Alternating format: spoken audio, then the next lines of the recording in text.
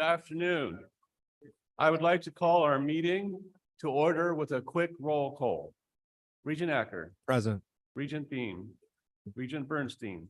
Here. Regent Brown. Here. Regent Hubbard. Here. Regent Illich. Regent Weiser. Here. Regent White. Here. Thank you. Before we begin, I want to acknowledge that it has been a difficult 2 weeks for many in our community, indeed around the world. We have watched in horror as the ongoing violence continues to unfold in the Middle East. I have had hundreds of students, faculty, staff, alumni, parents, and others reach out to me to express their concerns about the safety of our 3 campus communities and to share the collective impact of the recent events. Here in Flint, in Ann Arbor, and in Dearborn, campus safety is and always will be our highest priority. On each campus, we are committed to creating a community where every student, faculty member, staff member, or visitor can thrive without fears of threats, intimidation, or violence. As a university community that is truly international in its makeup, we hope for peace and mourn the loss of lives in Israel and Gaza. I would also like to echo Nursing School Dean McCurran in expressing our brokenheartedness about the tragic loss of University of Michigan Flint senior Gina Bryant. Gina was a caring and compassionate student with an extraordinary life of healing ahead of her. We join with all of you in expressing our deepest condolences to her family, her friends, and all of those across the University of Michigan Flint community who knew her and loved her. It's a pleasure to be with all of you today in our Flint campus. In fact, it was a year ago this week that I formally joined the University of Michigan for my very first Regents meeting with all of you here at Flint. We've had quite a year together, and I'm looking forward to many more to come. I'd like to take this opportunity by thanking Donna Fry, to my left, for her outstanding leadership as an interim chancellor. As you know, she has been here since the 1980s, and she has been a pleasure to work with on the leadership team at the University of Michigan. We have taken the first steps in the search for a new permanent chancellor by soliciting, as you know, input from across the University of Michigan Flint community on recommendations on the characteristics of individuals that we should look for in that search, and on recommendations for individuals to serve on the search advisory committee. Keep tuned. We'll be back in touch with you about the search process and the members of the committee as soon as we have that finalized.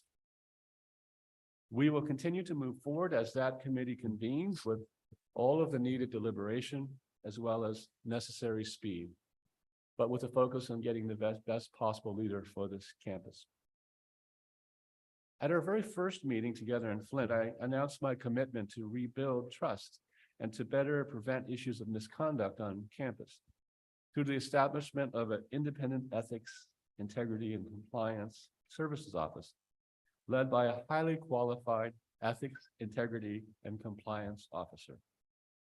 Today, I am very pleased to report that we have found that leader. Michelle Casey has accepted our offer to serve as the University of Michigan's inaugural ethics, integrity, and compliance officer, and I could not imagine a better individual to serve. I think she's here. Let's hear it for her.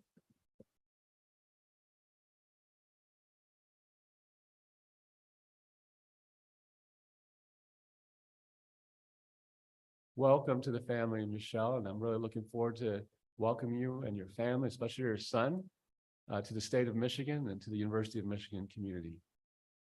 Michelle comes to us from the state of Illinois, where she serves as the executive director of the state's Executive Ethics Commission, and where she is a well-respected leader known for her strong ethical standards and high level of integrity. Michelle has served as an attorney for both the executive and legislative branches of government and is an expert in financial disclosures, conflicts of interest, and policy. She earned a Bachelor of Science in Business Administration from the University of Illinois at Champaign-Urbana, a Juris Doctor from George Washington University School of Law, and a Master of Laws and Taxation from the Northwestern University Pritzker School of Law, and therefore is very well acquainted with the Big Ten. While she will not officially start with us until January, she has joined us today.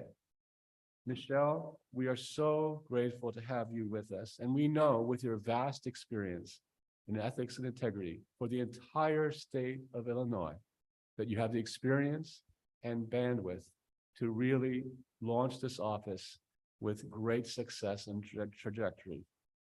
Thank you once again. Let's hear it for her one more time.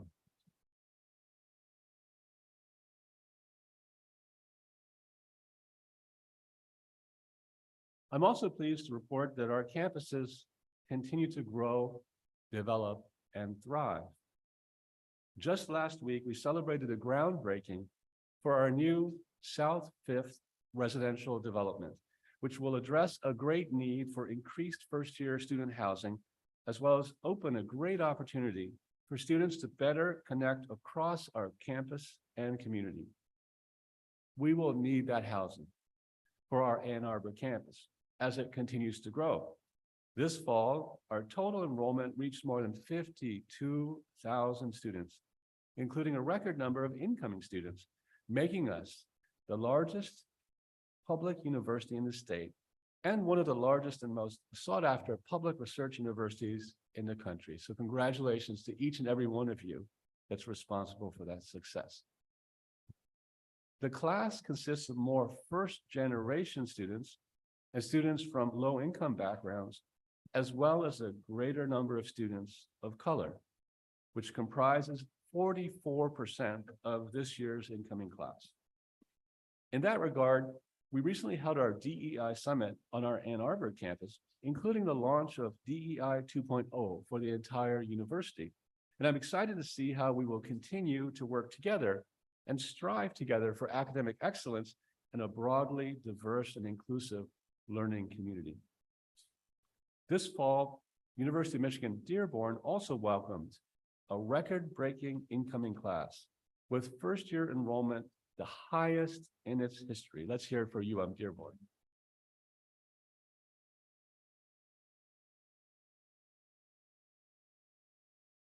And we are very, very excited that the University of Michigan's Flint campus also saw another increase in total fall enrollment for the first couple of years in nearly a decade. Let's hear it for University of Michigan Flint.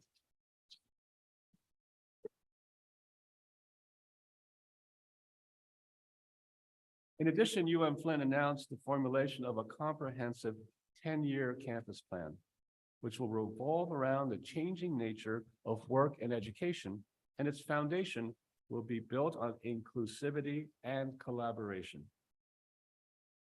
Just last week, and I'm sure Rebecca Cunningham is quite excited, the University of Michigan also reported a record 1.86 billion with a B in research volume during fiscal year 2023, an 8.1% increase from last year, which has led to critical advancements in areas ranging from microelectronics to global infectious disease to social justice and to artificial intelligence. Let's hear it for the whole team from DPRI.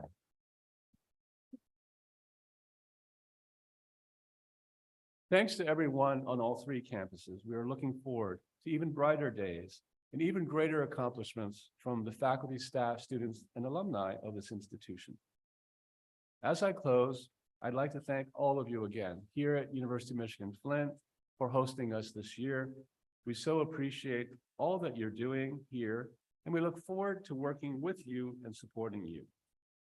Let's now go into the rest of our business for the Regents meeting this afternoon. I look forward to seeing you back on the Ann Arbor campus for our next Regents meeting in December. With that, I'd like to turn it over to Chancellor Fry, who will introduce a speaker that will put a spotlight on some of the things happening at the Flint campus. Chancellor Fry.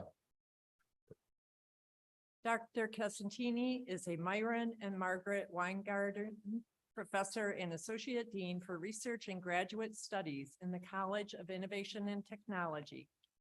He is an internationally recognized leader in AI and software engineering. In these areas, he has over 200 publications and 14 licensed inventions to industry. He is also serving as the director of the NSF IUCRC Center on Pervasive AI, which is funded by the NSF.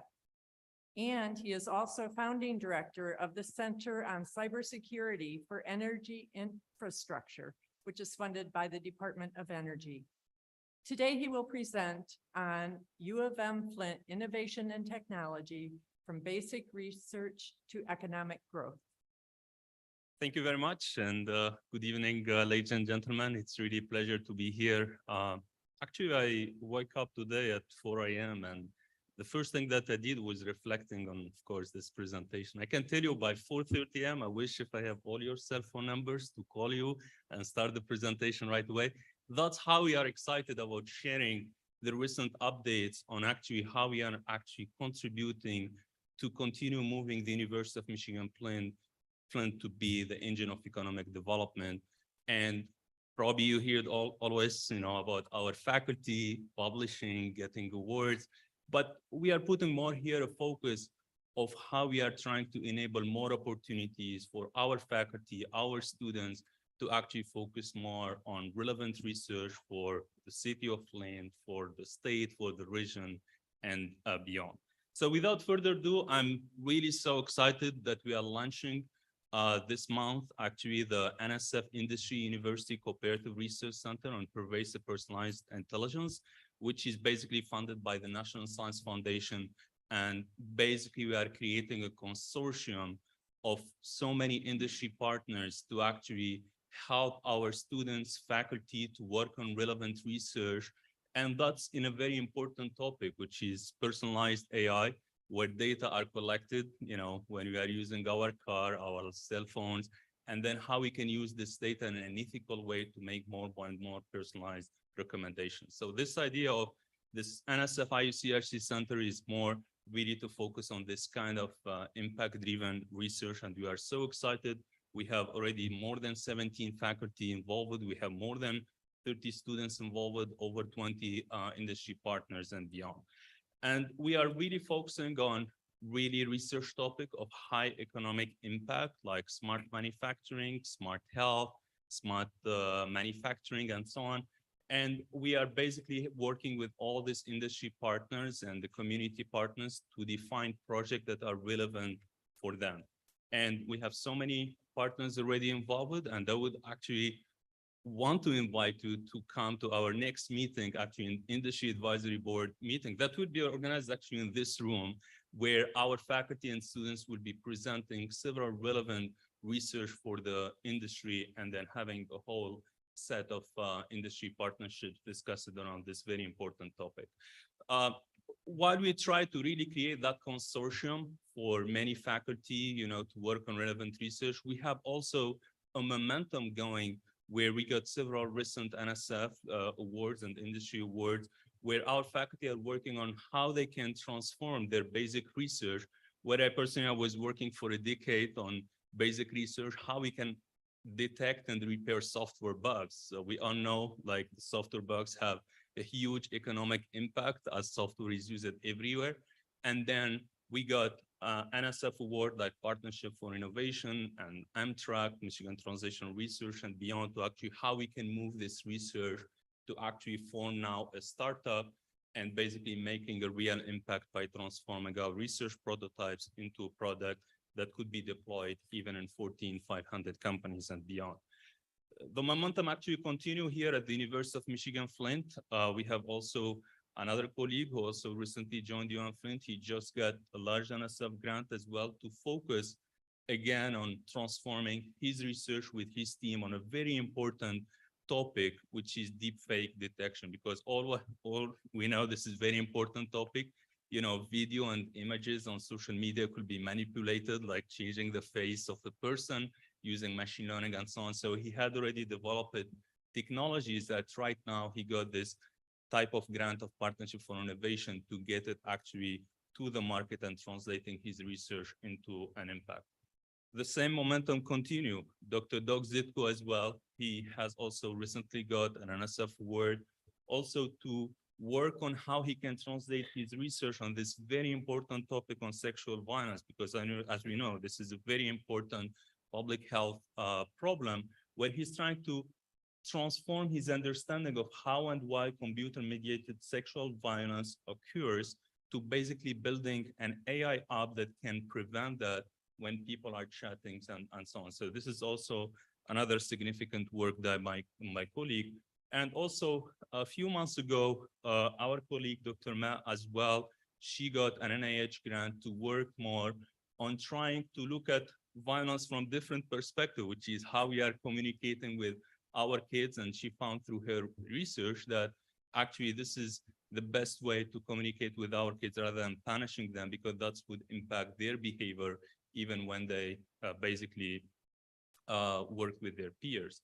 So of course we have all this great momentum going, but we want to actually continue to expand that and building on that momentum. And we already put a plan of actions where we are trying to work together with faculty and students on how we can increase the faculty involved in research through new internal funding opportunities, and also increasing our research expenditure to create more source of revenues, but most importantly as well, engaging more and more our students, including undergrad students, as early as possible in this type of undergrad research experience.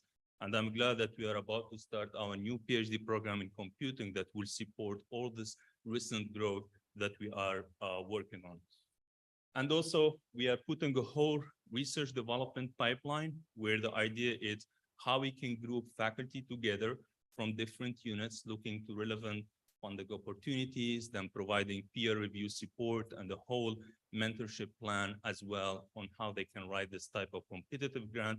And we are so grateful for all the units that are here at the University of Michigan Flint, and specifically the research office and also the economic development office, the business engagement office, grad studies, and so on.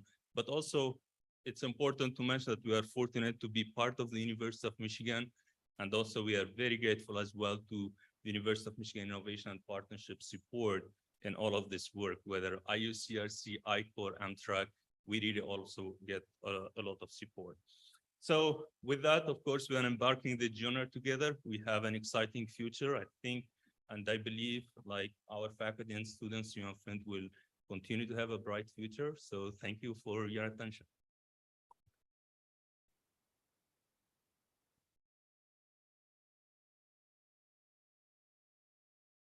First of all, congratulations on your tremendous personal success, but also the success of your team. I'm just extraordinarily impressed with not only what you're doing, but where you're headed. And you ended with a comment about the entire University of Michigan community. What can we do to be helpful to help you develop more of those connections and the benefits that result from inter-campus collaboration? Yeah, thank you. And actually, as I said, we are really grateful to be part of the University of Michigan. I personally, and also I hear that from my colleague, we really get great support from the Office of Innovation and Partnerships.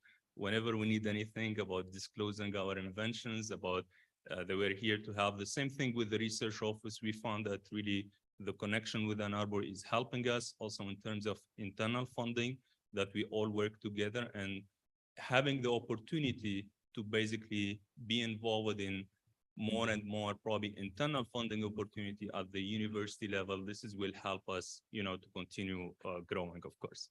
Regent Brown? Yeah, this is really impressive. Thank you so much for the presentation. A quick question. How do innovations that particularly have commercial possibilities interact with our tech transfer office? Do they go through the Ann Arbor? VP Is that a Cunningham, could you- consolidated office? Innovation Partnership supports all three All three campuses. campuses. So from that Canada. MTRAC funding that was mentioned, other funding opportunities for commercialization, we provide those opportunities to faculty across all three campuses. Wonderful. And then we support their commercialization patents, et cetera, as those roll out. We serve all three campuses. Got it.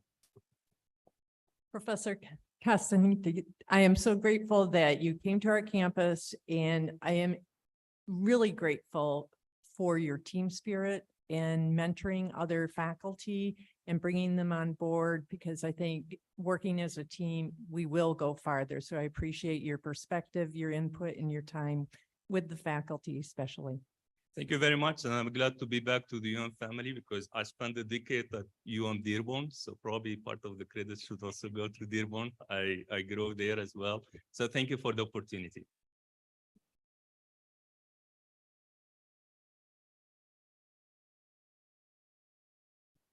We will now move on to committee reports, and first will be the Health Affairs Committee with Regent Bernstein. Well, I was not there, but I hear it was great. It I'm was- gonna defer to Mike Beam, was who great. was. We sorely missed Mark at the meeting, but the Health Affairs Committee met this past Tuesday and discussed strategy updates and financial updates for clinical operations. We also received an update on emergency services. Thank you very much, Regent Dean.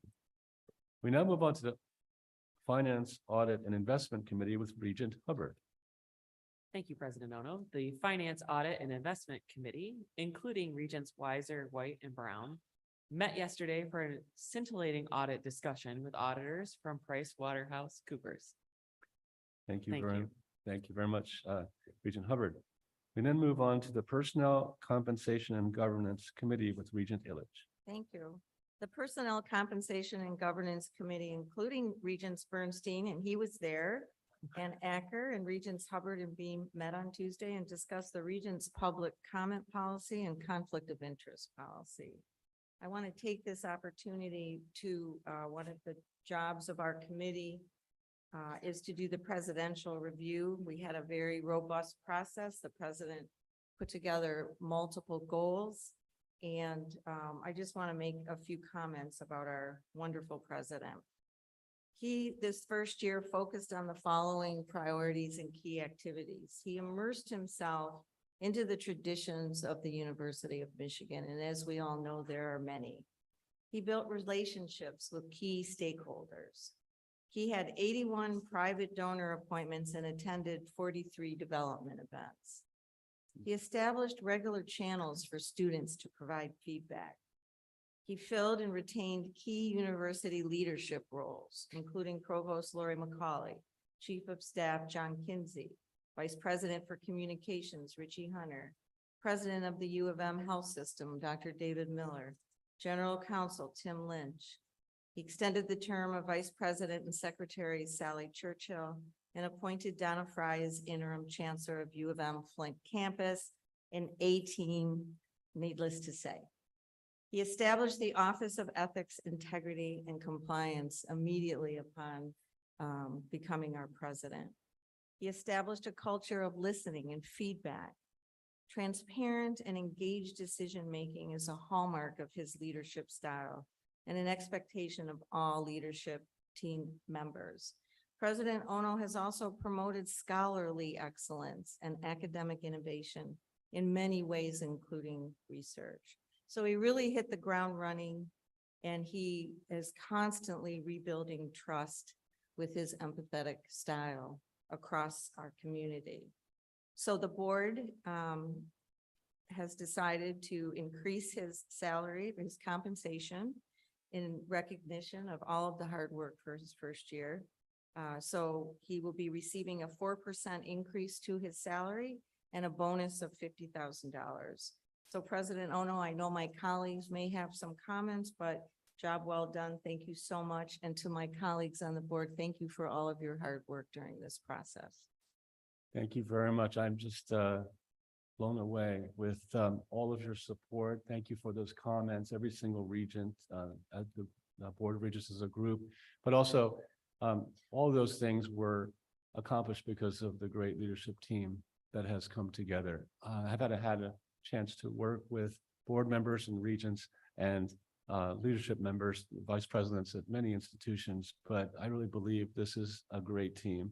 And it's a joy to come to work every day. And I do believe, as you will hear later today, there's a lot that we have to celebrate in terms of our accomplishments as a group. And it's I'm incredibly proud to be part of the University of Michigan. So thank you.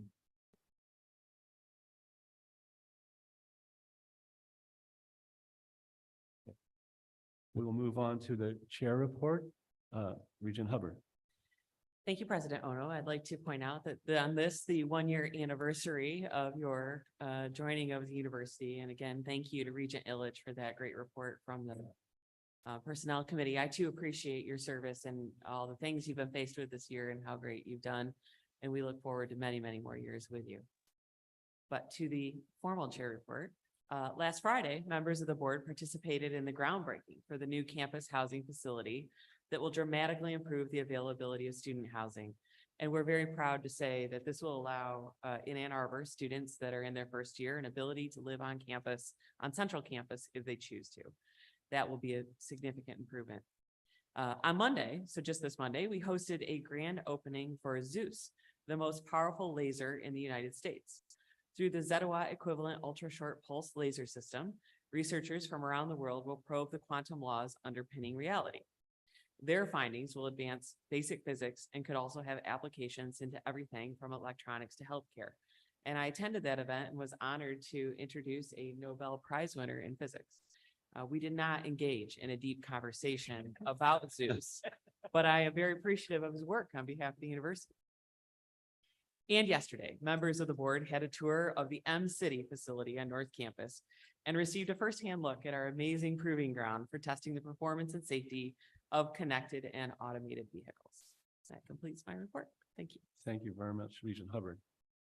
We now move on to the consent agenda. The minutes and reports are on the website for the Board of Regents. We now move on to a litigation report from Vice President Lynch. Thank you, President Ono. Diversity of thought and freedom of speech are bedrock principles of our academic community, essential to our core educational mission as a university and ultimately essential to a well-functioning democracy. We have a long and proud history of these commitments reflected in our policy on freedom of speech and artistic expression, which is set forth in Standard Practice Guide 601.01, which with great success has served as our North Star in even hard cases. That current SPG states in part that expression of diverse viewpoints is of the highest importance, not only for those who espouse a cause or position and then defend it, but also for those who hear and pass judgment on that defense. Now more than ever, it is worth reconsidering these values and principles as they relate to diversity of thought and freedom of expression. And for this reason, the university is now seeking input and advice on a new draft set of principles that both seek to reaffirm and strengthen our commitment to these values. The full draft of the principles will be on the website. I would just like to offer a brief excerpt now. Quote, "We affirm the freedom to exchange ideas, question assumptions, learn from those with whom we disagree, challenge views we find misguided or pernicious, and engage with the broadest range of scholarly subjects and materials. We strive to meet conflict and controversy with empathy and reason, refuting our opponents rather than refusing them a platform, and contesting their ideas instead of attacking their character." The draft principles reflect the intense and thoughtful work and deep expertise of a faculty committee comprising Professors Michelle Adams, Christina Delgertis, Don Herzog, Gabe Menlo, and Chandra Sripada. We are grateful for all of their work. This faculty committee worked all summer to arrive at the draft, and the draft that is going out now for comment also reflects input from faculty and university leaders. The university is putting out these draft principles with a request that all of you in our community do provide input and comments Members of the Board of Regents and President Ono will consider that feedback as part of their continuing deliberations on the principles. And as part of the future process, the university will be appointing a faculty, staff, and student committee that will be given two charges. First, assessing where we are in terms of living up to these principles. And second, in making recommendations as how we can get more closely to meeting their goals and aspirations. The committee will be meeting over the winter semester and therefore be able to provide its report and recommendations so the university can consider them for implementations as of the academic year 24 and 25. So thank you so much, President Ono. And thank you very much, Vice President Lynch, for your leadership in this entire process. And I already thank the many faculty members who have been involved in the statement as it currently stands. And we look forward to all the feedback that we'll receive from the wider community. We now move on to the Dearborn campus report with Chancellor Grasso.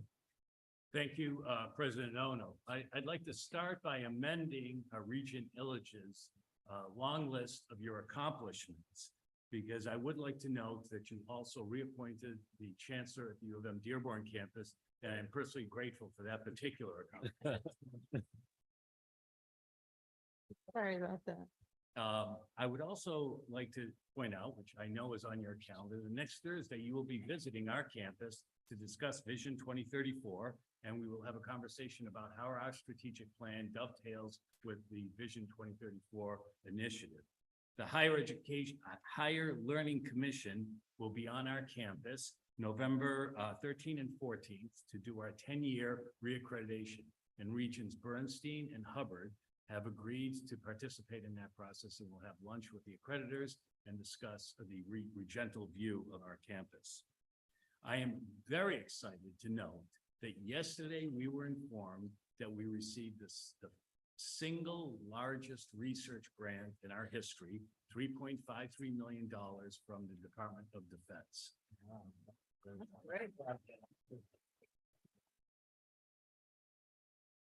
Also, our College of Engineering and Computer Science reported this year the second highest graduate enrollment in the state of Michigan.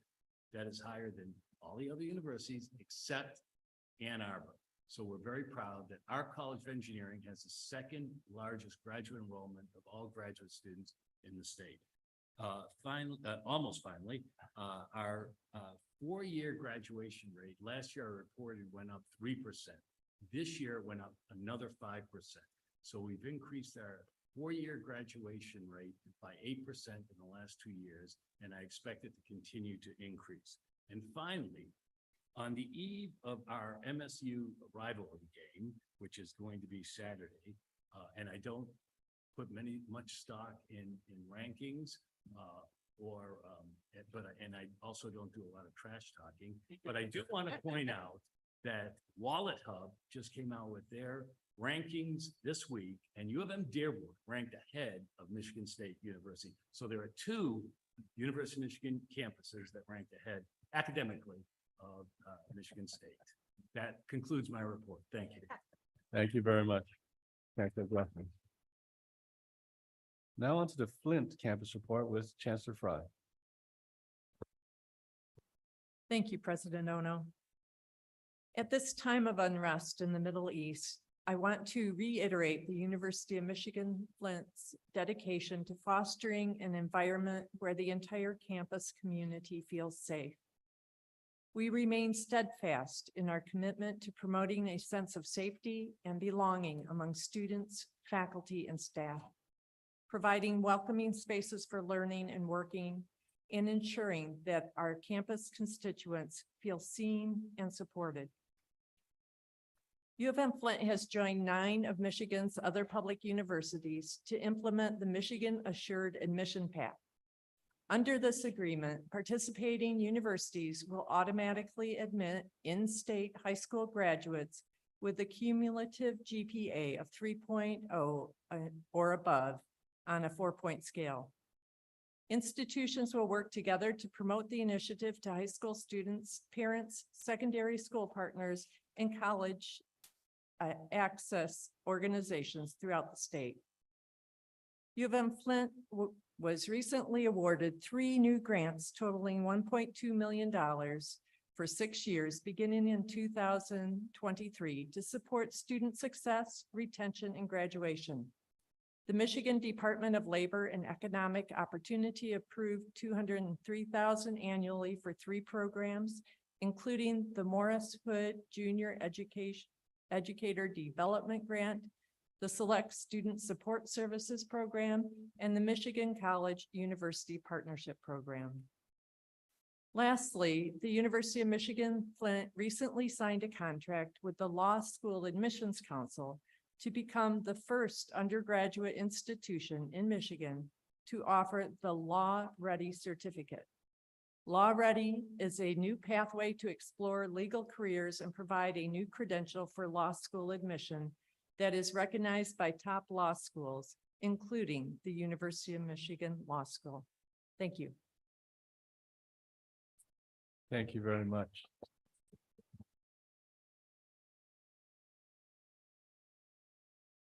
We will now have the student government report with Flint Student Body President Lena Azim.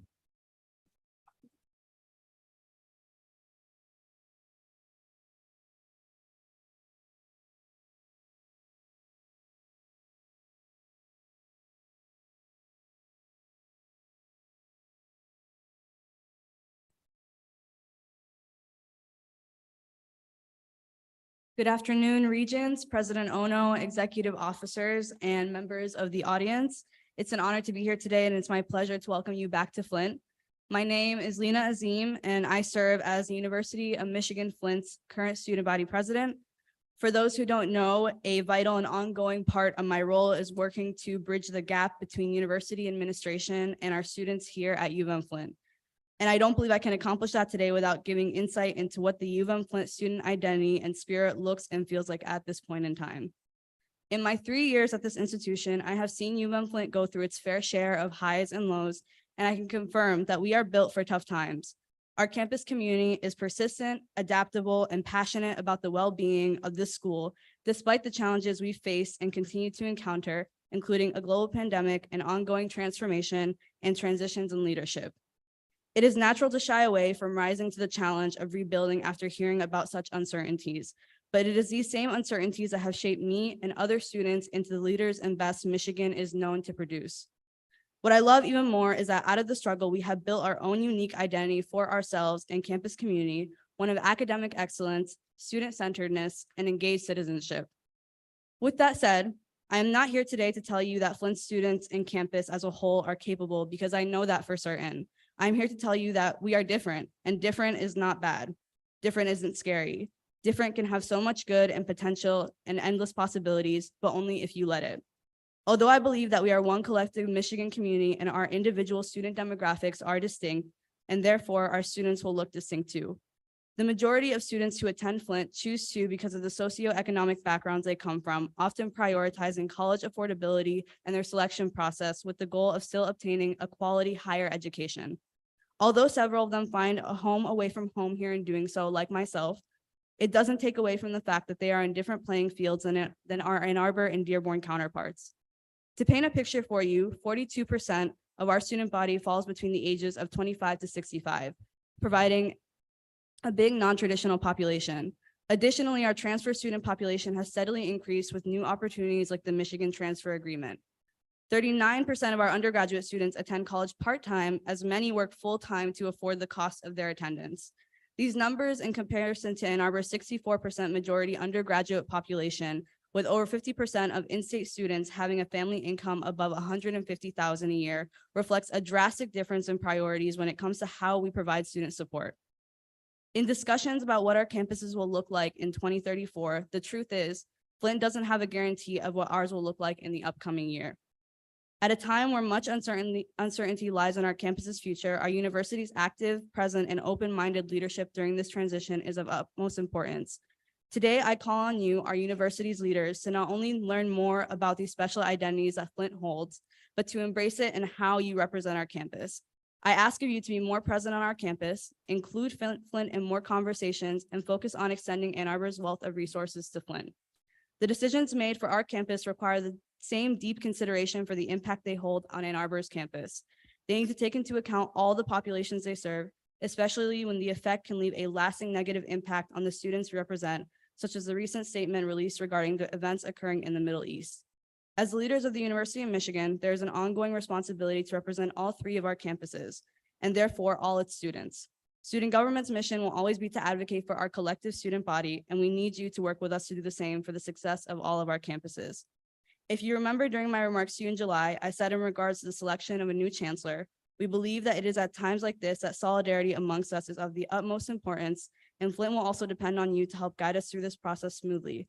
And I ask that President Ono and the board rely on us as well to help show the leadership that my school and home needs and deserves, a selection rooted in the voices of Flint and its students, faculty, and staff who care deeply about its success.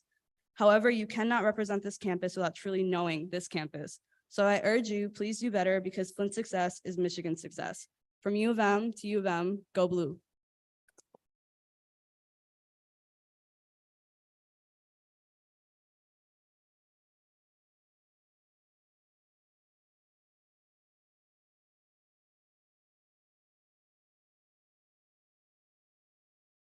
Lena, I want to thank you for those comments, and we will be sure to include the voices, not only of faculty and staff, but also students in the selection process. I don't know if you were here in my introductory comments, but we're thinking about that right now and we're receiving feedback. And so I want to thank you for that. And thank you also for articulating the distinctiveness of each of the campuses. We are very, very proud of what's happening here. We're very proud of our chancellor. And we even earlier talked about our support for this campus. So thank you so much for that. We appreciate your leadership. Over to Provost Macaulay, who has information about an additional appointment and an update, I understand. Yes, thank you, President Ono. I have two items to share today. First, I'm pleased to bring forward a supplemental action item for board consideration. I'm delighted to recommend the appointment of Professor Kyle D. Logue as interim dean of the law school effective January 1st, 2024, until a permanent dean is appointed. Professor Logue joined the law school in 1993. He served as Associate Dean for Academic Affairs in the law school from 2006 to 2008, and has served as Associate Dean for Faculty and Research since January of 2022. He was appointed the Douglas A. Kahn Collegiate Professor of Law in 2016. Professor Logue is widely recognized as one of the nation's leading scholars on tax, torts, and insurance law. As such, he has published widely, including as a co-author of one of the leading insurance law casebooks. He teaches a range of tax and insurance courses and enjoys a reputation as a dedicated and extremely effective educator, mentor, and collaborator. Second, I'm excited to share an update about the University of Michigan's Center for Academic Innovation. The incredible team at the Center for Academic Innovation held a series of open houses last month to celebrate the opening of their newly renovated space on Maynard Street in Ann Arbor. This 47,000 square foot location features world-class facilities and state-of-the-art technology. I would like to briefly highlight some of the technology and innovative programs the CAI uses to help achieve academic excellence and support Michigan students, faculty, and staff. A centerpiece of the new facility is the XR Virtual Production Studio, capable of supporting next-generation learning experiences. From this stage, faculty from across campus are able to partner with CAI to design and produce extended reality learning experiences for use in residential and online courses. Using the same technology used to create movies like the recent Barbie movie, faculty can immerse students in settings that are otherwise impractical or impossible to achieve through traditional means. The virtual production studio and 5 additional studios alongside it are key to developing the growing body of more than 250 Michigan online courses created by the center in partnership with leading faculty members. These courses are central to the university's commitment to providing lifelong learning opportunities for alumni and workforce development and upskilling opportunities for residents in the state of Michigan and far beyond. Students, faculty, staff, and alumni of the Dearborn, Flint, and Ann Arbor campuses are all able to take open online courses available through Michigan Online with no charge. It's a perfect way to complement for-credit learning as a student and upskill or reskill throughout one's career. Michigan Online courses also support economic growth and development throughout the state. The Center for Academic Innovation has collaborated with organizations like Google, Aptiv, Siemens, and nonprofit and government agencies in Michigan to develop course content and provide access to courses for their employees in areas like data science, programming, and leadership. The global reach of these courses is truly impressive. 10.9 million learners are enrolled in Michigan Online courses hailing from 193 countries. An equally impressive aspect of CAI's operations is the educational technology they design and develop in partnership with faculty innovators. Such technology has become ubiquitous among students on the Ann Arbor campus and is actively supporting their curricular planning, student success, and competency development. Technology developed at the CAI is used by 98% of Ann Arbor undergraduate students and 67% of graduate students.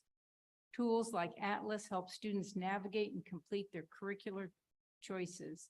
The eCoach tool delivers personalized interventions to students that are proven to improve their performance in STEM courses.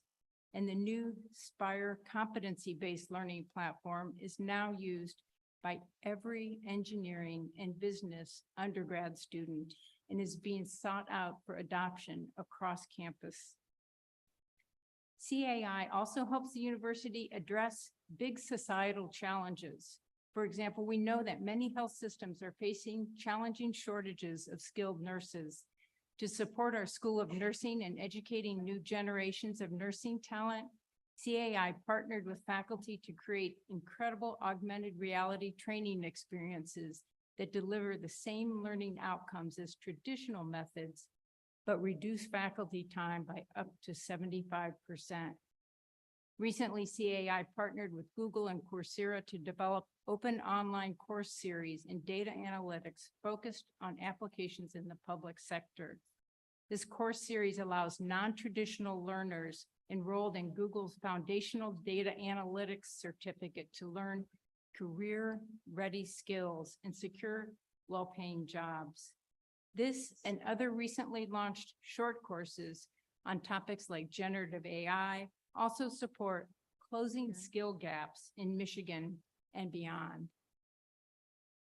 With the support and involvement of CAI, U of M Ann Arbor online and hybrid degree enrollment has grown from 19 tuition-paying students in the fall of 2019 to nearly 1,800 paying students in the fall of 2023. CAI supported U of M Ann Arbor online degree and open online courses generated more than $29 million in fiscal year 23, and that was up from 4.9 million in fiscal year 18. CAI created U of M open online courses are currently used by more than 18,000 companies, nonprofits, universities, and governments around the world to help achieve their workforce learning goals. I'm pleased to have this opportunity to highlight this new facility and the staggering breadth of work at our Center for Academic Innovation. Kudos to our Executive Director, James Devaney, and his team. Thank you. Thank you very much for that very comprehensive report on a center that we're very proud of and its entire team. The retirement memoirs of 4 faculty members are found in the materials, and I encourage people to read them because these individuals have really made huge contributions to different aspects of the institution. I now call on a vote on the consent agenda, including the supplemental personnel item. Is there a motion? Second. A seconder? All in favor, say aye. Aye. Anyone Aye. opposed? Same sign. No one opposed. We now move to the regular agenda. Item number 1, absolute return and alternative asset commitment is for information only. And the Washtenaw Area Transportation Study Representative, once again, for information only. We move to item number 3, the University of Michigan financial statements for the year end June 30th, 2023. EVP Chattis. Nothing to add, Mr. President. Thank you. Is there a motion to approve? Second. All in favor, say aye. Anyone Aye. opposed, same sign. Motion passes. Authorization to purchase real estate North Dixboro Road in Ann Arbor Tech Park, Ann Arbor, Michigan. EVP Chattis, anything to add? Thank you, Mr. President. The university is exercising its right of first opportunity to buy back 51 acres from NSF. The parcels are adjacent to land the university currently owns and provides us with greater flexibility to pursue strategic partnership opportunities in research and development with outside companies that align with the activities currently taking place in the Ann Arbor Tech Park. I recommend this action for approval. Thank you. Is there a motion to approve? Second? All in favor, say aye. Aye. Anyone Aye. opposed, same sign. Motion passes. The authorization to purchase real estate 3520 Green Road, Ann Arbor. EVP Chattis, anything to add? Thank you, Mr. President. The unique opportunity to acquire this building at well below replacement cost provides us with significant space for key activities for the College of Engineering and other academic units, including Michigan Mobility Initiative, collaborative research centers, and administrative and support activities. There will also be a flexible space to accommodate future renovations, and I recommend this action for approval. Thank you very much. Is there a motion to approve? Seconder? All those in favor, please say aye. Aye. Anyone opposed, same sign.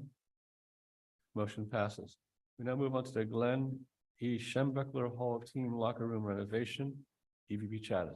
Thank you, Mr. President. I would like to introduce Ward Manuel Daniel R. Shepherd, Director of Intercollegiate Athletics, to introduce this item. Good afternoon, everyone. Thank you for having me here. The first item I have today is requesting permission to move forward with the renovation of our football program's locker room space in Schembeckler Hall. Schembeckler was built in 1990 and locker rooms were last renovated in 2009. The project will include the renovation of 14,000 square feet of space, expanded locker room space, improvements to the replacement of lockers, showers, and team spaces, creates gender inclusive locker room spaces for student athletes and staff. The total project budget is $14 million. Funding will come from gifts made to the athletic department. Thank you. Is there a motion to approve? Second? Any discussion? Seeing none, all those in favor say aye. Aye. Anyone opposed, say aye. Same sign. Hearing none, the motion passes unanimously. We now move on to the William David Player Development Center renovation and expanding team access areas. EVP Chattis. Thank you, Mr. President. Ward will also introduce this item. Requesting permission to move forward with the renovation of both the men's and women's locker room spaces in the Davidson Player Development Center. PDC was built in 2011, and there have been no updates to those locker rooms since then. The project includes renovation of 11,500 square feet total space of both team locker rooms, expanded locker room space for the student athletes, improvement and replacement of lockers, showers, and team support spaces, creates gender inclusive locker spaces for student athletes and staff. The total project budget is $10 million. Funding will come from gifts made to the athletic department. Thank you very much. Is there a motion to approve? Second. All those in favor say aye. Aye. Anyone opposed, same sign. Motion passes. Thank you very much, Ward. We now move on to the Naval Architecture Marine Engineering Building Improvement Project, EVP Chattis. Nothing to add, Mr. President. Provost McCauley, anything to add? Nothing to add. Thank you. Is there a motion to approve? Second? All in favor, say aye. Anyone opposed, Aye. same sign. Motion passes. We now move on to the supplemental agenda. EVP Chattis, could you provide an overview of this issue? Thank you. I'd like to once again introduce Ward Manuel to introduce this item. Thank you, Jeff. I have 5 requests for you today. 3 to apply for liquor licenses, and then 2 to implement sales. The first one I'd like to ask is approval to apply for and maintain a tavern license from the State of Michigan Liquor Control Commission for Yost Ice Arena. Thank you very much. Is there a motion to approve? Second? All those in favor say aye. Aye. Aye. Anyone opposed, say aye. All right. We now, go ahead. Secondly, I'd like to ask for approval to apply for and maintain a Class C liquor license from the State of Michigan Liquor Control Commission for Chrysler Center. Is there a motion to approve? So moved. A second? All in favor, say aye. Aye. Anyone opposed, same sign. Next, I Okay. would like to ask for approval to apply for and maintain a Class C liquor license from the State of Michigan Liquor Control Commission for Michigan Stadium. Is there a motion to approve? Second? All in favor, say aye. Aye. Anyone Aye. opposed, same sign. Motion passes. Next, I would like to request approval for implementing the tavern license for Yost Ice Arena as soon as possible for the current season. Is there a motion to approve? So moved. Second? All in favor, say aye. Aye. Anyone Aye. opposed?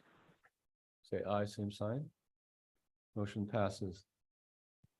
Next, I would like to request approval for implementing the Class C liquor license for Chrysler Center as soon as possible for the current season.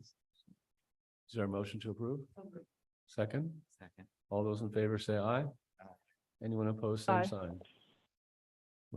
Motion's passed. Thank you very much. Well, I would just like to say, the board will vote on implementation of the Class C liquor license for Michigan Stadium at a later date. And after careful consideration and review of data and the experience at the other 2 venues. Thank you. Regent Illich? Regent Brown, did you want to go? Yeah. Regent Brown? Okay. As everyone may have noticed, because Mr. Ward just mentioned, we are not approving today sales of liquor in the big house in our football stadium. There's a spectrum of probably understanding and beliefs by this on our board, as there is of our fans and customers. This is, I think, a larger issue than our smaller venues with shorter durations of events, which is hockey and basketball. As you may have noticed in the press, and you may have gotten and participated in the some of the polling we did of our customers and audience and community members, there is mixed belief on whether we should sell alcohol in the stadium. I personally am currently opposed to that. I grew up in a dry household, although I'm not an abolitionist. I believe one thing that makes our environment so unique is the fact that it is different than other venues where you go, and I enjoy those venues very much where they do sell alcohol, but it's different. And I like what we have at University of Michigan, and we will be studying the impact at Yost and Chrysler over the next year. And so I encourage everyone that has opinion on this, for or against, to speak up. So we like to understand, because you are a customer, and that's who we ultimately would like to serve best. Thank you very much, Regent Illich. Yes, I just wanted to emphasize that as well, that my vote is to approve in order to see how we handle alcohol in smaller venues. There are a lot of issues that come with it, safety being first and foremost.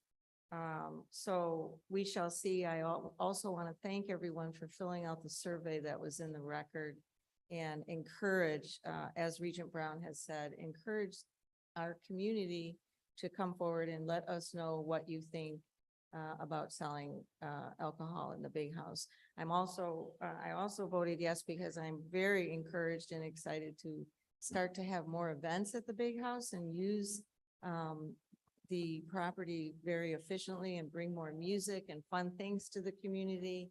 And sometimes they require that alcohol be there. So that's one component of being able to have a lot more fun at the big house with events. So thank you.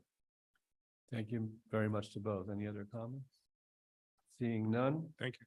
Thank you, Ward.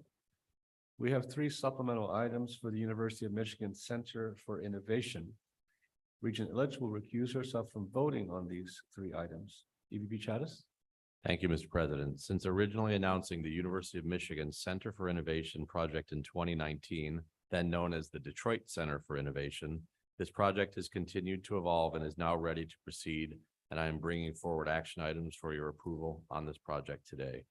The Center for Innovation will be a world-class research, education, and entrepreneurship center built by the University of Michigan through the help of land, financial, and state contributions. Provost Macaulay will speak shortly about the benefits of this project will bring to the University of Michigan academically and provide unique opportunities for teaching and learning, research, and community engagement at this site. The center is also designed to advance innovation and talent-focused community development to enhance job creation in the city, region, and state, and propel economic growth in the great city of Detroit.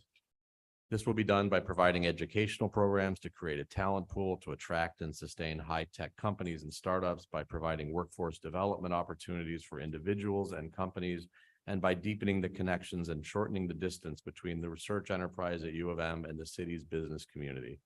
The Center for Innovation will be the first of 3 buildings to be constructed on the site, with proposed residential and incubator buildings to be constructed at a later date by Olympia Development and the related companies as part of the broader Detroit district vision. I'd like to invite Provost Macaulay to speak on the academic programming work planned for the center.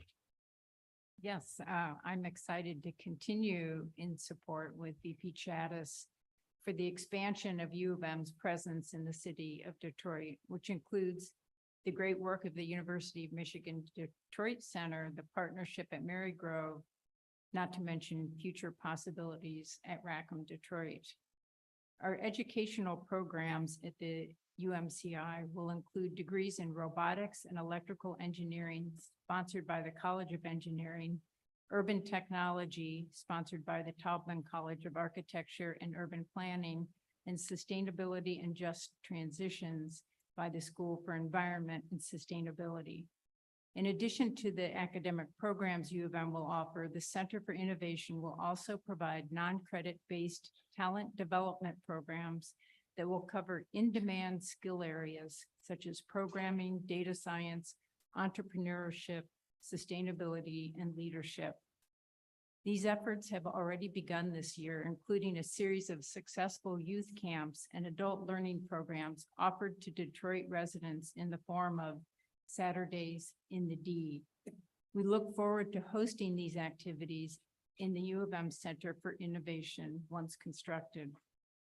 Public-facing community engagement programs will include support for K through 12 pathways such as Michigan Engineering Zone and Arc Prep, as well as local entrepreneurship and other community stakeholders. We look forward to deepening our connections with Detroit through service and education, and to continued partnership and engagement across the Detroit community as this exciting endeavor moves forward. Back to you. Thank you, Provost Macaulay. I have 3 items for your approval today. The first is a gift of land from Olympia Development Holdings on which the university will construct the Center for Innovation building. This proposed site is at the intersection of Grand River Avenue and West Columbia Street. In addition to donating this land, Olympia Development Holdings will sell the university a nearby 1.18 acre parcel for $9,568,845 in order to construct a parking structure for our students, staff, faculty, and guests. I recommend this action item for your approval. Thank you very much. Is there a motion to approve? So moved. Before you vote, sure.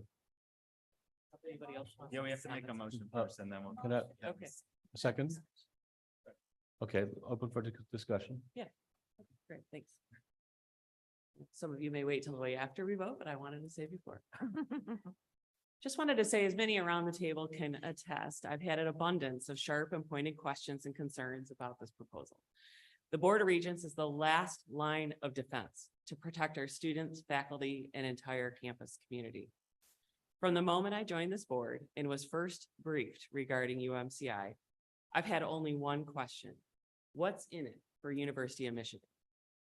It's my duty to look out for the best interests of the university, and I appreciate and understand the benefits of our presence in Detroit and what they'll bring to our public and private partners, as they will be significant. But my obligation is to the university. And with that, I feel strongly that because this board has worked together to probe and improve the terms of this deal and delay it for a few months to make sure that we're getting the absolute best deal that we can, that I'm now going to be supportive and look forward to this amazing thing in Detroit and doing much to improve academic excellence there. Thank you very much, Regent Hubbard. Other comments? Regent Brown? I guess I should thank Regent Hubbard and Regent Weiser, who absolutely made this a better deal than it was when we first got it. And it's their expertise and efforts that got us there. But ultimately, this is a risky deal in many ways, but it does further our mission. And if successful, it will be a huge, huge benefit to our students and the public. Thank you, Regent Brown. Regent Beam? Yeah, just along those same lines, and I'd like to echo the comments that have been made. I think first and foremost, when you look at what the mission is of the Board of Regents of the University of Michigan, it's to educate the citizens of the state of Michigan. And I can't think of a better way than doing it in the city of Detroit with this program. Thank you, Regent Beam. Any other comments? Regent Weiser? It's Regent White. As many of my colleagues know, I have had concerns as Regent Hubbard has expressed, and for that reason, why I believe this is maybe a problem in the future for the university, and I intend to abstain on the vote because I don't want to interfere with the support my colleagues have for it. Thank you, Regent White. Regent White. Yeah, my concern is that, and I'm sorry for the noise, I'm getting ready to get on a plane. My concern is that we have campus within 10 miles, and I wanted to see more about how this site would not negatively affect what's going on at our Dearborn campus. Over. Thank you. Regent Acker? Thank you, President Ono. I just wanted to add one thing, and it was along with what Regent Brown said about risk. You don't become the greatest public university of the world in the middle of the Midwest by not taking risks. Risks is a part of what we do as an institution, not just to take risks, but because we have a broad global mission. And as my colleague said, a mission to the people of Michigan and the people of Southeast Michigan. This is more risk than we are used to talking about. But I felt ultimately, as did my colleague, Regent Hubbard, who again, did a phenomenal job at asking important questions, that this was a risk worth taking and a risk that ultimately I believe will pay off in huge amounts for the university and for the people of the state of Michigan. So I look forward to voting yes. Thank you very much. Seeing no other comments, all those in favor, please say aye. Aye. Anyone? Under the seat in front of you, enlarge your Nay. overhead bin. Regent White, nay. Regent White, nay. And opposed? Abstaining. Okay, thank you so much. The motion passes. Back to you, EVP Chattis, on the gift agreement, or no? Thank you, Mr. Baird. President. Yeah. Yeah. I'd like to introduce Tom Baird, Vice President for Development, to introduce the next item for your approval. Thank you, VP Chattis. The Stephen M. Ross Foundation has offered to donate $100 million to the University of Michigan to support construction of the academic building at the U of M Center for Innovation. The facility will also be supported by a $100 million grant from the state of Michigan upon the land donated by Olympia Development. As you may know, Stephen Ross is a philanthropist and the founder of the Related Companies, one of the world's most prominent real estate developers, including the Time Warner Center and Hudson Yards in New York City. He has personally guaranteed this gift in his individual capacity. He's also a U of M alum and U of M's most generous benefactor. Mr. Ross has deep family roots in Detroit, and he is incredibly committed to both the university and the Michigan community. From the onset, he's been a stalwart supporter of this very exciting opportunity for the University of Michigan, the city of Detroit, and the state of Michigan. Thank you, Vice President Baird. We recommend this action item for approval. Is there a motion to approve? Second. Thank Second. you. Comments? Any comments? Yes, Yeah. Ms. Brown? Again, I'm sitting next to one of the largest all-time donors to the University of Michigan, and like Stephen Ross, this gift is humbling and will support the education and people of Michigan, maybe for centuries to come. And it's a humbling gift, and thank Mr. Ross and Olympia Development for. Thank you, Regent Brown. Other comments? Yes, now that this is being approved, I will, of course, vote to accept the gift. Thank you, Regent Weiser. Any other comments? Seeing none, all those in favor in accepting the gifts, say aye. Aye. Anyone Aye. Opposed to the gift? Say I'm sorry, I missed the comments, but it's, because the UMCI was passed, obviously I will accept the gift. So aye. Thank you so much, Regent White. Is anyone abstaining? The gift has been accepted unanimously. Item 3, EVP Chavez. Lastly, I'd like to bring forward an action item to officially advance the UM Center for Innovation project, authorize the architect appointment, and authorize the award of limited construction contracts. The building is estimated to cost $250 million to construct, with funding from a financial gift from Stephen M. Ross, a State of Michigan grant, and other donations and development activities. We anticipate breaking ground on the center by the end of this calendar year, and we recommend this action item for approval. Thank you very much. Is there a motion to approve? Second. Second. All those, is there any discussion? No discussion after. All right. Any other discussion? Seeing none, all those in favor say aye. Aye. Anyone opposed, same sign? Anyone abstaining, same sign? Motion to approve the project passes unanimously. Regent Bernstein. Yeah, I want to just say two things. The first is I want to thank my dear friend Denise Illich, who was put in an uncomfortable spot during this transaction from the very beginning. She handled it with integrity and intelligence, and she recused herself, obviously, from our deliberative work on this, despite the fact that it deprived us of significant expertise in the area. But I just want to put that into the record and recognize that. The second thing I want to just say is this is a very big deal. This is a $250 million investment in the city of Detroit by this university, by the state, and by Stephen Ross and the Illich family. The action we have just taken, approving the construction of the University of Michigan Center for Innovation in Detroit, elevates our already significant commitment to Detroit and our state. It takes it to the next level. Although we have always remained meaningfully connected to Detroit, this is a bit of a homecoming for us because the cornerstone of the first building of the university was near the corner of Bates and Congress Streets. It was laid on September 14, 1817, not too far actually from where the new UMCI will be located. This center will advance innovation and talent-focused community development to propel job creation, inclusive economic growth by stimulating economic development in the city of Detroit. And everybody here stepped up. Obviously, Mr. Ross, the Illich family, Mayor Duggan, Governor Whitmer, and the last, certainly not least, the extraordinary team at U of M. Virtually, it's an enormously complex transaction. And every single team at U of M, almost every EO at this table touched this deal in some significant way. And so a great degree of gratitude is offered to everybody. Now we have to execute on this and do the very best job we can. And I know we will. So it's a great day to celebrate this remarkable commitment to the city of Detroit and to the state. Thank you very much. Regent Hubbard.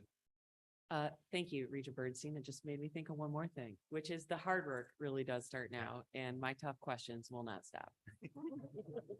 We look forward to them, Regent Hubbard. Any other comments? We may just have to do it over a drink at the big house. For more reasons than this. Yeah. Guys. Anyone else? Wonderful. So we will now move on to conflicts of interest. Items 9 to 22 are conflict of interest items, each of which requires 6 votes for approval. Does anyone have any questions about any of the particular items 9 to 22? If so, let me know. Seeing none, would any regents like to request recusal from voting on any of those items 9 to 22? If so, please let us know. I now call for a vote on all items 9 to 22 as an omnibus. Is there a motion to approve? Second? Any discussion? Seeing none, all those who approve items 9 to 22, please say aye. Or raise your hands, sorry. Yes. Anyone opposed? Raise your hands. Anyone abstaining? Motions, items 9 to 22 pass unanimously. My pages are stuck. I apologize. We now move over to public comments. Vice President Churchill. Thank you, President Ono. We are now moving into the public comment section of the meeting, which is part of our regular monthly agenda, where the Regents set aside time for individuals to present comments to the board. The board does not necessarily respond to comments during the public session, as they may require study and additional work.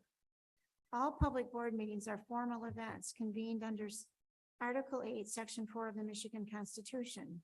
In keeping with reasonable and appropriate norms of decorum, all attendees, including speakers, are expected to treat others with respect and civility.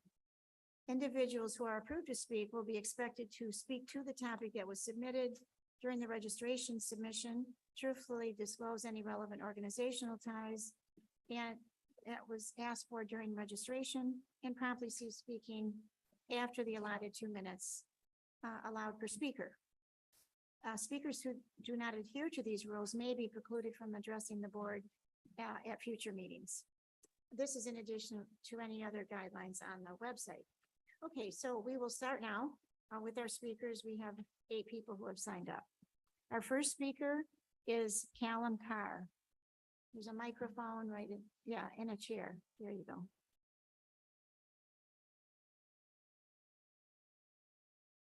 Good afternoon. My name is Calum Carr, and I am the archivist at the Flint campus and a member of Leo Glam. I live in Flint and I work on this campus and live in this city because I am passionate about our history. I understand the trajectory of this campus better than most, so believe me when I say that university leadership has not engaged faculty in the transformation process in good faith. For example, the ITAC was a mechanism for faculty involvement in the strategic transformation process. ITAC's mission was immediately changed from advising the transformation process to advising Huron Consulting. None of the ITAC's input made it into their final report. The end of the committee was never acknowledged and they were never formally dissolved. They were never thanked for their participation. I recall how we were bullied into abandoning a no confidence vote on Dutta with the threat that Ann Arbor could not guarantee extra funding of a promised $100 million over 3 to 5 years. We backed down because, unlike this administration, we prioritized Flint students. That was a year ago. Dutta proved he deserved our mistrust, but where is the funding paid for with our integrity? Flint has a sizable non-traditional student body, far more varied than Ann Arbor, but with few student support services. You'd rather pay consulting fees to destroy our once strong liberal arts program or pay the outrageous $700,000 award Dutta received for quitting. How are these expenditures better for our students or for our campus than comprehensive study program or a fully funded OEI office? I have heard that a reason to withhold funding is that our campus isn't as important or involved in our wider community. Your investments in Detroit are more meaningful because their mayor took you lot out to dinner? Well, you're wrong. You don't know Flint, you don't know our community, and with the consistent dismissal of faculty feedback, it indicates that you are unwilling to learn. I'm in no position to demand anything, so I'll resort to our only option. Please, please allow us to have meaningful input into our campus. I think Chancellor Fry would like to comment. Caleb, thank you for your comments. And as you know, the campus was invited to open forums to discuss this. There are ongoing conversations, and we will be getting out a list of additional opportunities for conversation on that in the next week or so. We're in the process of scheduling that.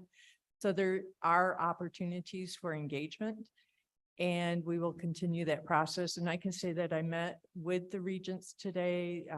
They gave me an opportunity to speak to the strategic transformation process. And it is an ongoing dialogue. It is not done. We will continue to move forward. Thank you. Thank you very much. Our next speaker is Noha Badon.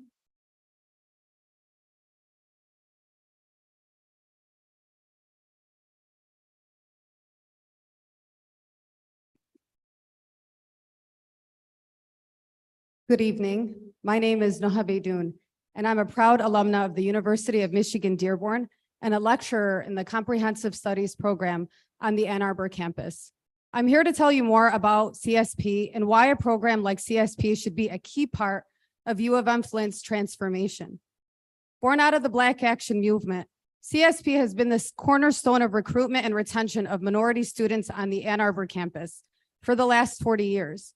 Today, CSP serves students from Michigan and beyond who experience the negative effects of systemic inequities in education. Many CSP students come from under-resourced high schools, are first in their families to attend college, and are the recipients of the Go Blue Guarantee. Allow me to share with you how CSP functions in the broader context of the University of Michigan experience. CSP faculty are talented and dedicated instructors that design their classes with robust anti-racist practices, which include smaller class sizes, extra office hours, extra class time, and individualized student attention. This is supplemented with in-house academic advising, academic support, and co-curricular workshops and community building opportunities. This wraparound supports culminates in CSP students having a graduation rate that matches or exceeds that of non-CSP students on the Ann Arbor campus. I'm here to urge you to explore what a comprehensive studies program might look like at Flint, a CSP North, if you will. Dedicating resources and providing support works to retain students and sustain them to graduation. We have a homegrown model to use to help Flint faculty, staff, and administrators develop a CSP-like program that meets the unique needs of Flint students, investing in faculty and student support services to bring equitable educational access to Flint students will pay dividends in transforming Flint into a thriving institution. Thank you. Thank you very much.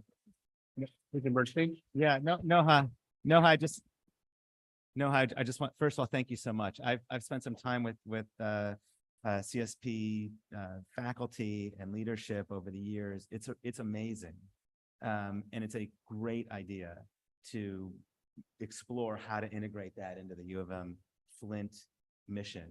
The graduation rate is higher, the retention rate is higher, and it's all extraordinary, cost effective too. I mean, I think it's a no-brainer, to be honest. It's a great idea, and I'm really grateful you spent some time with us. Thank you. Well, we invite you all to Yeah. come, like if you're ever on campus, to come to the department to learn more. We're happy to follow up. Thank you. Yeah. Thank you.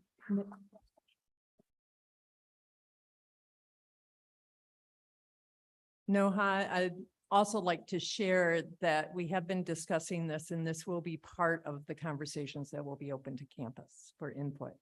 So thank you for bringing it forward. Our next speaker is Asil Shamay.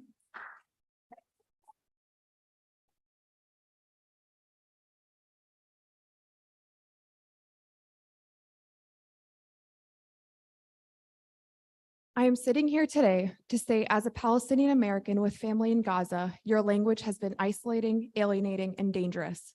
This past week, 2.3 million Palestinians in Gaza have been threatened with extinction.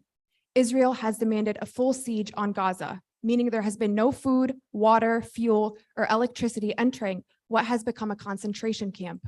In 10 days, Israel has murdered over 6,000 Palestinians, with over 2,000 of them being children. I want to remind you that a Palestinian life is a human life. It is not a number, it is not a human animal, it is not a savage, and it is not a terrorist. A Gazan child by the name of Bilal writes, "If I die, remember that we were individuals, humans. We had names, dreams, and achievements, and our only fault was that we were classified as inferior." I'm sitting in front of you today, demanding you to release a statement addressing Palestinian suffering as more than just an afterthought, and to bring attention to the massacre occurring in Gaza. It should not take 2 million Gazan corpses for our administration to come to terms with the violence of the Zionist settler state. We as students call upon President Ono and the Board of Regents to urge for divestment from companies directly aiding the occupation of Palestinians, and to offer an unapologetic, long overdue condemnation of the last 75 years of colonial violence, which has come to define the reality of all Palestinians, from the open air prison of Gaza to all U of M classrooms. The increase in hate speech and violence against Palestinians and Muslims in recent days should deeply concern this campus community and administration. It is deeply ironic that a university priding itself in the diversity and equity of all people turns a blind eye towards these injustices, and moreover to the safety and concerns of Palestinian and Muslim students. We will continue to amplify the voices of our suffering brothers and sisters in Gaza, because as students of the University of Michigan, we strive to be the leaders and the best. It is time for our administration to follow our lead. Free Palestine.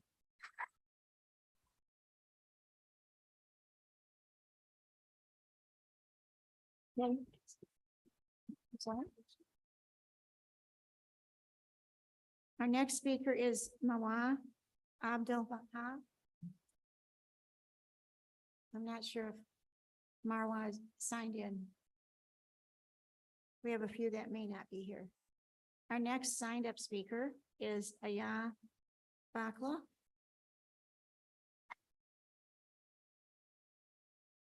Okay, Allah is not here. Next speaker is Hannah Zinedine. Those three individuals did not sign in, so, and then there's one more that may or may not be here. Aya Shahabi. Okay. Our final speaker today is Tyler Fiorito.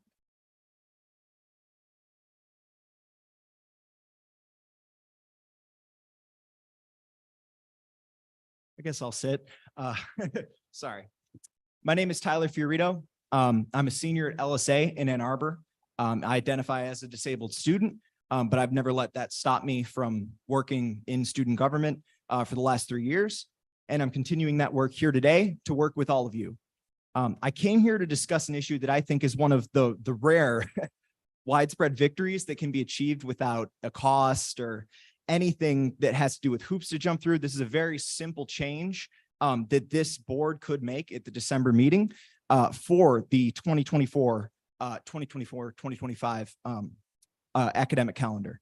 And that would be an annual university-wide election day holiday, which I think is one of the best things that this board can do to show that they're really listening to students. And I really try to be optimistic and believe in the people who are running our university. So I think this change, especially since it's been demanded in 2013, 2020, 2022 by student referendum, over 90% margin, it's something that could be done this December.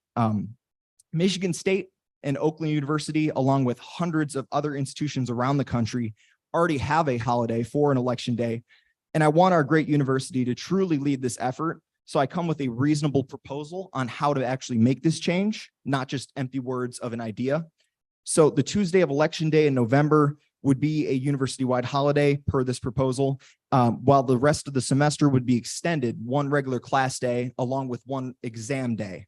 And I believe this proposal is the most reasonable that this board could take at the December meeting, because it wouldn't affect the winter break beyond a day. And as that was extended in the previous year, it would still be longer than it has been historically. Students want this change, faculty want this change, and this change could easily be made this December. And it would be, like I said, a cost-free change. So I ask that you introduce this at the next meeting, and I'd be more than willing to discuss this and the logistics of it. Thank you. Thank you very much. There's three regions I want to speak, starting with the Regent Village. So, this is the first I've heard of this. This is a great idea, Tyler. And I certainly would support it. Thank you for your service to the student government and for the idea. Since it was brought up in the past, were you ever given a reason as to, why it wasn't implemented? Yeah, no, historically, I think, in my opinion, one of the main reasons why it hasn't happened is just, I think there wasn't sort of a healthy dialogue between students and administration. Definitely with the pandemic also probably hurt things. I hope that that's not an issue here, especially coming out of the pandemic stronger than ever with a board right here who is willing to listen. And I appreciate that. So I honestly have no idea. Okay, thank you. Regent Beam. Regent Acker first. Thank you. Tyler, first, I really appreciate you bringing this up. And I think it's, as someone who cares deeply about voting in this state, this is something that's really important to me. But I have a couple questions for you about it.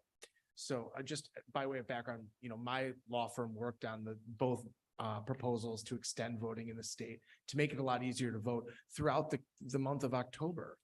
And so I guess my question for you would be, and this is just my concern about it is if you give students a day off, are they more likely to go home that day because they would have been able to vote for the previous month?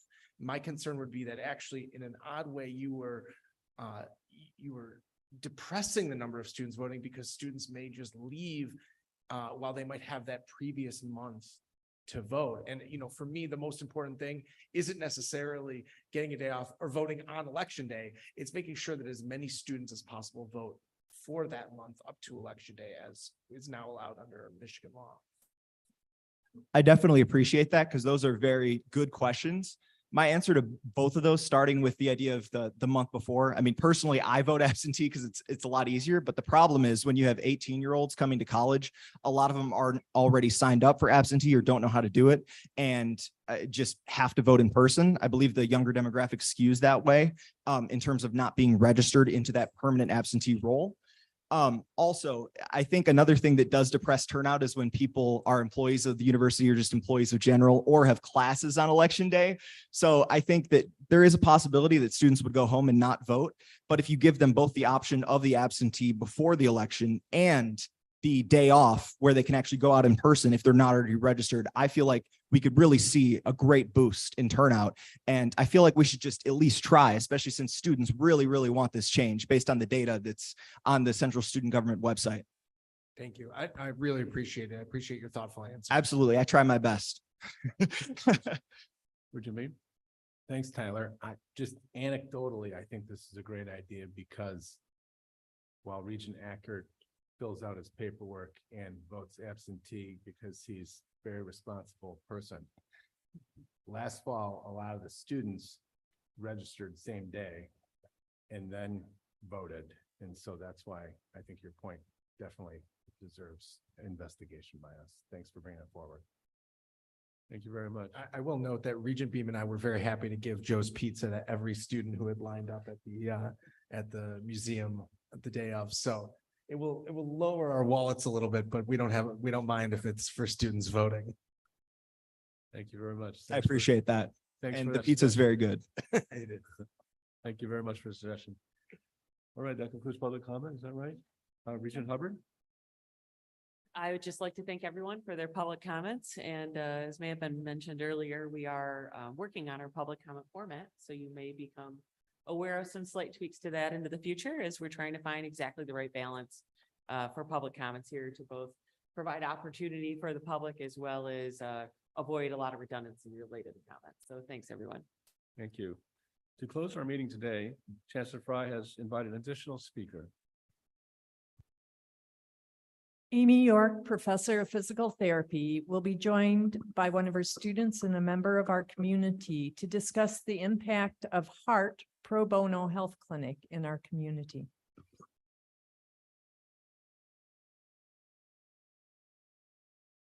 Thank you for this. Thank you for this opportunity to introduce two people very near and dear to my heart, Meg Darmafal, which is a current year 3 DPT student, as well as Cynthia Cummings, to talk about heart. Hello, everybody. It's such an honor to speak in front of you all regarding my time at this institution. I'm a student physical therapist here at my 3rd and final year in the program. And before starting PT school, I attended U of M Ann Arbor for 6 years, where I earned my undergraduate degree along with a master's in movement science and a master's of management at the Ross School of Business, all while running on the cross country and track teams where I served as captain of both. Right before I started my first year in the fall of 2021, I broke my hip and my running career came to an abrupt end. I entered my first year of PT school feeling a loss of identity, without purpose, and anxiety towards entering a new environment here. Desperate for any type of challenge, I volunteered at Heart the first chance that I could. I immediately became inspired as the 3rd year DPT students at the time took me under their wing to teach me the purpose behind their treatments. At the time, I found it inspiring to see them interact with the community members so professionally, and it made me realize how far I would come in the 3 years that it would take to be in their shoes. And after that day, I walked out of the clinic feeling that lost sense of fulfillment and with the belief that I was in the right place here at Flint. Fast forward 3 years, and I'm now the director of the Heart Clinic and working effortlessly to inspire and teach the 1st and 2nd year students in the clinic. Working with the community members each week has allowed me to turn my lost passion of my athletic career to my new purpose in motivating our patients to overcome their own challenges. Heart shaped me into an evidence-based practitioner where I would use my newly developed skills to achieve my patients' goals and reinstill purpose and self-identity back into their lives, just as working with them did for me. Thank you for your time and listening to me today, and go Blue. Here's Cynthia.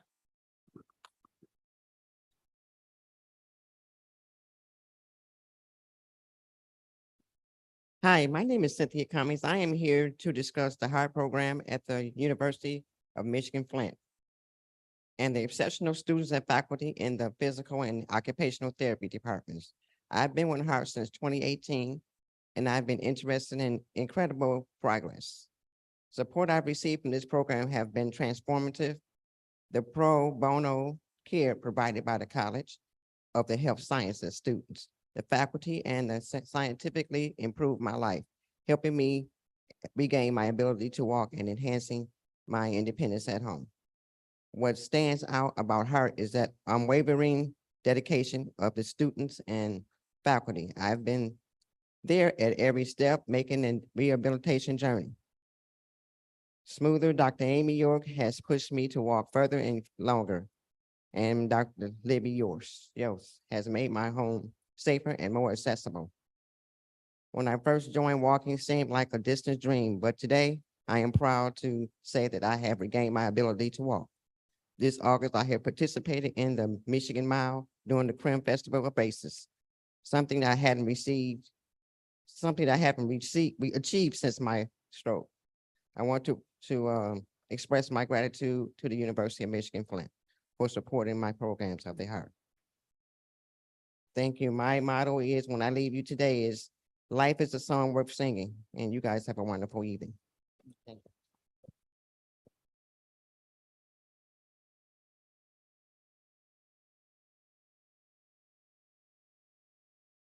Thank you all for your presentation. And Cynthia, you warm our souls. And I saw her walk the Crim, and it was phenomenal. So more power to you and to the students who work with all the clients out in the community. And thank you, Amy, for your leadership. Thank you very much.